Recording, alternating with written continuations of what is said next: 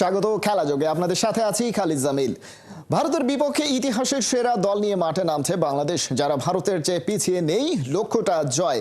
Asian cup বাছাই পর্বে মুখোমুখি হওয়ার আগে এমনটাই জানালেন বাংলাদেশ দলের কোচ হাভিয়ার কাবরেরা ও জামাল ভুঁইয়া।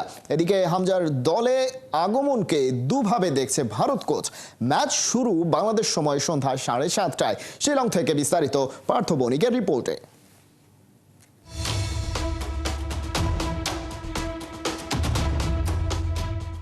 ঘড়ির কাঁটায় আর মাত্র কয়েক ঘন্টার অপেক্ষা। Bangladesh Bharat high voltage match, দুই কোচ, দুই মাস্টার মাইন্ডের ব্যাটেল। মঞ্চে দুই দলের ভাবটা গলায় গলায়, কিন্তু জামাল ঝিঙ্গানদের লড়াইটা হবে শিয়ানে শিয়ানে, যেখানে সম্পর্কের নাম থাকতে পারে কিন্তু ফুটবল মাঠে কোনো ছাড় নাই। আপনি যখন আপনি বড় ভাইয়ের সাথে খেলেন, আপনি সব সময় দিতে চান না। আমরা সেম, প্রত্যেক ম্যাচ প্রেশার আছে, কিন্তু এই ম্যাচ আরো একটু ফোকাস আছে, কারণ এটা ইন্ডিয়া। আর এটা আপনারা জানে কি হয়েছে লাস্ট এক বছর না। What a delivery Jamal! ফুটবলেও যেন ক্রিকেটের মতো গুগলি ছুড়লেন। ভারতকে বাংলাদেশের বড় ভাই বলে একদিকে যেমন নিজের উপর থেকে চাপটা সরিয়ে নিয়েছেন, তেমন ঠিক একইভাবে মনে করে দিয়েছেন বাংলাদেশ সেই বড় ভাইকে হারানোর জন্যই মাঠে নামবে। তবে একই সাথে মুখের কথায় যেমন মাঠের পারফরমেন্স খুব একটা নড়চড় হয় না, ঠিক একইভাবে আইএসএল এবং বিপিএল এর মধ্যে ফারাকটাও জামাল স্বীকার করে নিয়েছেন। আবার এটাও মনে করে দিয়েছেন যে বাংলাদেশ এবং ভারতের ফুটবলারদের মাঝে তেমন মানের দিক থেকে অতটা পার্থক্য নেই। Still think ISL is better than the BPL, but quality-wise between the local Bangladeshis and the Indians, I don't think there's a big gap.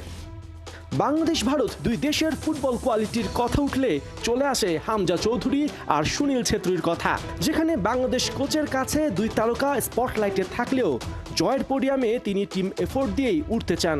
জানিয়ে দিয়েছেন ইতিহাসের সেরা দল নিয়ে শিলংয়ে নামছেন। I think it's even more exciting having Hamza and having Sunil back. No, it's going to be a really competitive match, but it's not going to be only about them. Definitely, we know that since 2003 we haven't been able to win against India, but again we are very confident that we are stronger than ever, and at least since I'm here, this is the strongest squad we have ever had, and not only performance-wise but also mentally we feel very strong. এদিকে হামজাকে নিয়ে excited Indian coach Manolo Marques. তার কথায় হামজার উপস্থিতির প্রভাব বাংলাদেশ ছাপিয়ে এশিয়াতেও পড়েছে। অবশ্য হামজার ম্যাচ ইম্প্যাক্ট নিয়ে ভারতীয় কোচ ভালো মন্দ দুই সাইডই খুঁজে পেয়েছেন। He was playing in Premier League, now he's playing in Championship, but his team will promote. Obviously, he's a good player. I think it's good for Asian football. There are the good things, the bad things. The good things that I feel that the teammates will be very motivated to play with this kind of players. In the other side, it's true that with only or less than 1 week, the impact in the pitch, I don't know. মিডিয়ার assignment হোক কিংবা মাঠের challenge, সামনে যখন কঠিন সময় অপেক্ষা করে তখন এভাবে রিল্যাক্স ওয়েতে বসাটা খুবই টাফ হয়ে যায়। যে টাফ টাইম ভারত পার করছিল গেল একটা বছর ধরে, একের পর এক ম্যাচ হারে গোটা দলই ছিল নাজেহাল। অবশেষে সুনীল ছেত্রী অবসর কাটিয়ে ফিরলেন, মালদ্বীপের বিপক্ষে জয়ে গোল করে অবদানও রাখলেন। তবে কি সুনীল ছেত্রী দলের সব এক্সপেকটেশন মেটাতে পারছেন? আর তিনি কি বাংলাদেশের জন্য বড় থ্রেট হতে পারবেন? এমন প্রশ্নই খেলা যোগ করেছিল ভারতীয় দলের ফুটবলার সন্দেশ ঝিঙ্গানকে। Expectations, I think it's a very confusing kind of a thing.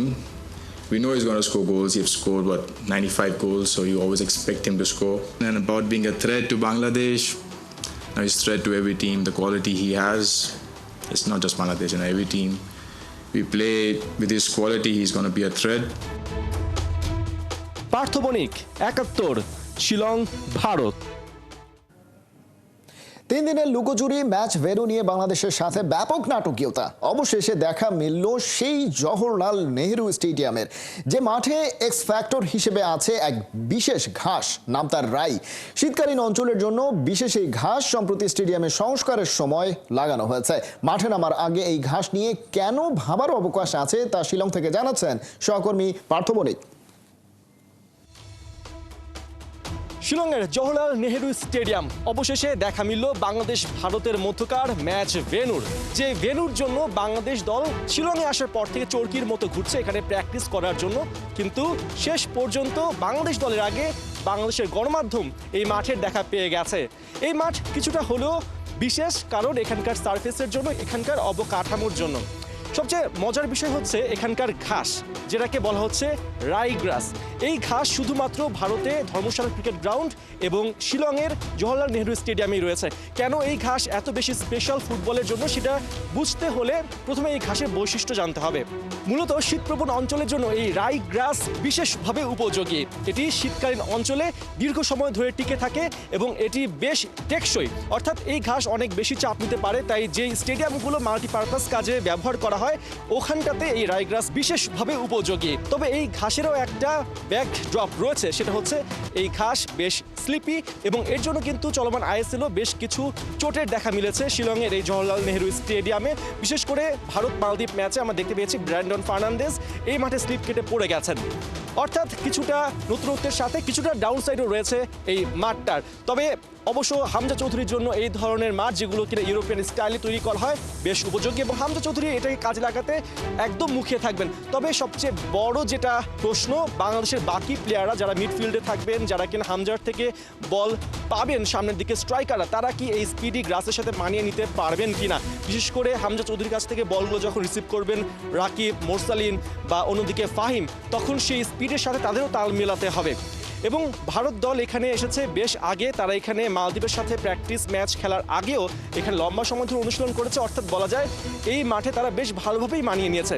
এবং এই যে ঘাসের যে বিশেষত্ব কথা বলা হচ্ছে, এই ঘাসের টেস্ট যাতে বাংলাদেশ দল পেতে না পারে তার জন্য তাদের কিন্তু এই মাঠের আশেপাশেও ঘেঁষতে দেওয়া হয়নি, শুধুমাত্র তাদেরকে জওহরলাল নেহেরু স্টেডিয়াম কমপ্লেক্সের যে টার্ফ গ্রাউন্ড আছে সেখানে দুদিনের প্র্যাকটিসের অনুমতি দেওয়া হয়। এই মাঠে এখন পর্যন্ত একটা আন্তর্জাতিক ম্যাচ হবার পাশাপাশি আমরা দেখতে পেয়েছি আইএসএলেরও বেশ কিছু ম্যাচ হয়েছে, যেখানে কিনা দারুণ ফুটবল উপহার দিয়েছে দলগুলো। অর্থাৎ ভারতীয় টিম এখানে দলগতভাবে প্র্যাকটিস করতে আসার আগ পর্যন্ত তারা নিজ নিজ ক্লাবের হয়ে এখানে আইএসএল খেলেছে, যা এই দলটার জন্য প্লাস পয়েন্ট। অন্যদিকে বাংলাদেশ এখন পর্যন্ত আমরা আসার আগ পর্যন্ত তারা ঢুকতেও পায়নি, এই মাঠ দেখতেও পায়নি, যেটা প্রেস কনফারেন্সে সহজেই স্বীকার করে নিয়েছেন হাবির কাবরেরা। তিনি বলেছেন যে ফ্যাসিলিটি আরেকটু বেটার হলেও হতে পারতো এখানে, কিন্তু আফসোস সেটা হয়নি এবং সেটা নিয়ে আসলে কোনো ধরনের তার আর অভিযোগও নেই। এখন সামনের দিকে তার ফোকাসটা রয়েছে ভারত ম্যাচের দিকে এবং বাংলাদেশের জন্য 2003-এর পর আবারও ভারতকে হারানোর বড় একটা সুযোগ তৈরি হয়েছে, কারণ কাবরেরা বলছেন তারা ইতিহাসের সেরা দল নিয়ে মাঠে নামতে যাচ্ছেন।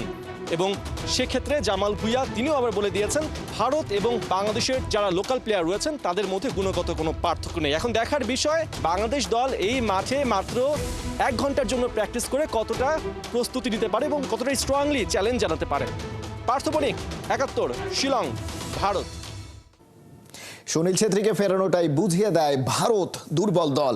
হামজা চৌধুরীর স্পিড কাউন্টার অ্যাটাক থেকে বাংলাদেশকে ভালো সুযোগ এনে দেবে মনে করেন বাফুফের সাবেক প্রেসিডেন্ট কাজী সালাউদ্দিন। অতীত পরিসংখ্যান বলে ভারতের সঙ্গে শেষ মুহূর্তের গোলে কপাল পড়ে বাংলার, তাই খেলাযোগের মাধ্যমে জামাল তপুদের মাঠে থাকতে বললেন সদা জাগ্রত। কাজী সালাউদ্দিনের ম্যাচ ভাবনার বিস্তারিত মেদিন আইমের রিপোর্টে। হামজার কোয়ালিটি যেটা, হামজা অ্যাডাপ্ট করে নেবে, আমার প্লেয়ারদেরকে অ্যাডাপ্ট করতে হবে না। হামজার কাছে কোয়ালিটি আছে, ও তোমার আপনার সাথে অ্যাডাপ্ট করার, বিকজ ওকে এই লেভেলের ওকে নামতে হবে, ও উঠানামার মধ্যে ওই অ্যাডজাস্ট করবে। আমাদের প্লেয়ারের কাছে ওই অতটা ক্যালিবার থাকবে না, বাট ওর কাছে আছে। কাজী সালাউদ্দিন বাফুফের প্রেসিডেন্ট পদ থেকে দায়িত্ব ছাড়ার পর এই প্রথম দেশের বাইরে খেলতে গেল জামাল ভুঁইয়ারা, সেটাও আবার ভারতের বিপক্ষে ম্যাচে। ধরা হচ্ছে এটা দক্ষিণ এশিয়ার সবচেয়ে মেগা ক্ল্যাশ। ম্যাচের বাকি আর মাত্র কয়েক ঘন্টা, কি করতে হবে বাংলাদেশকে? গ্রেট ফুটবলার ছিলেন আপনি, কোচ ছিলেন আপনি, বাফুফের সভাপতি ছিলেন, সব দায়িত্ব আপনি পালন করেছেন। বাংলাদেশের জয়ের জন্য ইন্ডিয়ার সাথে কী ধরনের প্ল্যান করা উচিত আপনি বলে মনে হয়? তুমি যদি 89 মিনিট টপ খেলো, 1 মিনিটে গোল খাও দুটা, ইউ ফিনিশড। সো এইবার বাংলাদেশের এই লাস্ট 4 বছর ধরে যে ট্রেনিং করছে এবং আসছে with Hamza, they should win. আমি মনে করি তাদের জিতানো উচিত এবং সময় আসছে বাংলাদেশের জিতার। হামজার যে পেস গতি সেটার সাথে আমরা ইউরোপিয়ান ফুটবলার অনেককে পেয়ে উঠতে দেখি না, সালা, সাদিও মানে বড় বড় যে ফুটবলাররা খেলেছে তার অপোনেন্টে, সেক্ষেত্রে এটা কি বাংলাদেশের খুব প্লাস পয়েন্ট হয়ে দাঁড়াবে কিনা? স্পেসিফিকলি না ভেঙে টোটাল পিকচারটা নেন, Hamza Chowdhury is a positive. এখন ডিপেন্ড করবে আমার প্লেয়াররা কীভাবে এটাকে, আমার কোচ প্লেয়ার কীভাবে এটাকে ম্যানিপুলেট করে তরকারির মধ্যে নিয়ে আসতে পারে। So it will depend there, but হামজার উপরে কোনো কোশ্চেন নাই, ইজ এ গুড প্লেয়ার। মাঠে বসে এবার খেলা দেখতে না পারলেও বাসায় টিভি সেটের সামনে নিশ্চয়ই বাংলাদেশের হয়ে গলা ফাটাবেন কাজী সালাউদ্দিন। শুধু তিনি কেন, সময়ের পরিক্রমায় গুরুত্বপূর্ণ হয়ে ওঠা এই ম্যাচে নজর দুই দেশের ক্রীড়ামোদীদের। এটা যে হামজার অভিষেকের ম্যাচ, ভারতের দম্ভ চূর্ণ করে দক্ষিণ এশিয়ায় নতুন শক্তির পুনর্জন্মের ম্যাচ। মেহেদী নাইম, ৭১। বুকে গ্যাস্ট্রিকের ব্যথা ভেবে ভুল করেছিলেন, তারপরে জীবন মরণ শঙ্কায়। হেলিকপ্টার হাজির হলেও তাতে চড়তে পারেননি। সাভারের কেপিজে স্পেশালাইজড হাসপাতালে প্রায় ১৫-২০ মিনিট জমে মানুষের টানাটানির পর সাড়া দেয় তামিম ইকবালের হার্ট। ডাক্তার বলছেন শঙ্কা পুরোপুরি কাটেনি, তবে তামিমের জ্ঞান ফিরেছে। কথা বলেছেন পরিবারের সাথে। তামিমকে ঘিরে ঘোর কালো আশঙ্কায় ভরা দিনের বিস্তারিত থাকছে রিপোর্টে। সোমবার সকালেও কে জানতো সাভারের এই কেপিজে হাসপাতাল কয়েক মুহূর্ত পর হয়ে উঠবে দেশের আলোচনার কেন্দ্র। সাধারণ মানুষ আর গণমাধ্যম কর্মীদের পাশাপাশি এসে হাজির হবে মুশফিক রিয়াদের মতো সুপারস্টার। কে জানতো ঢাকা প্রিমিয়ার লিগের ঢাক ঢোলের মাঝে প্রায় মিনিট ২০ মতো থেমে যাবে তামিমের হৃদযন্ত্র।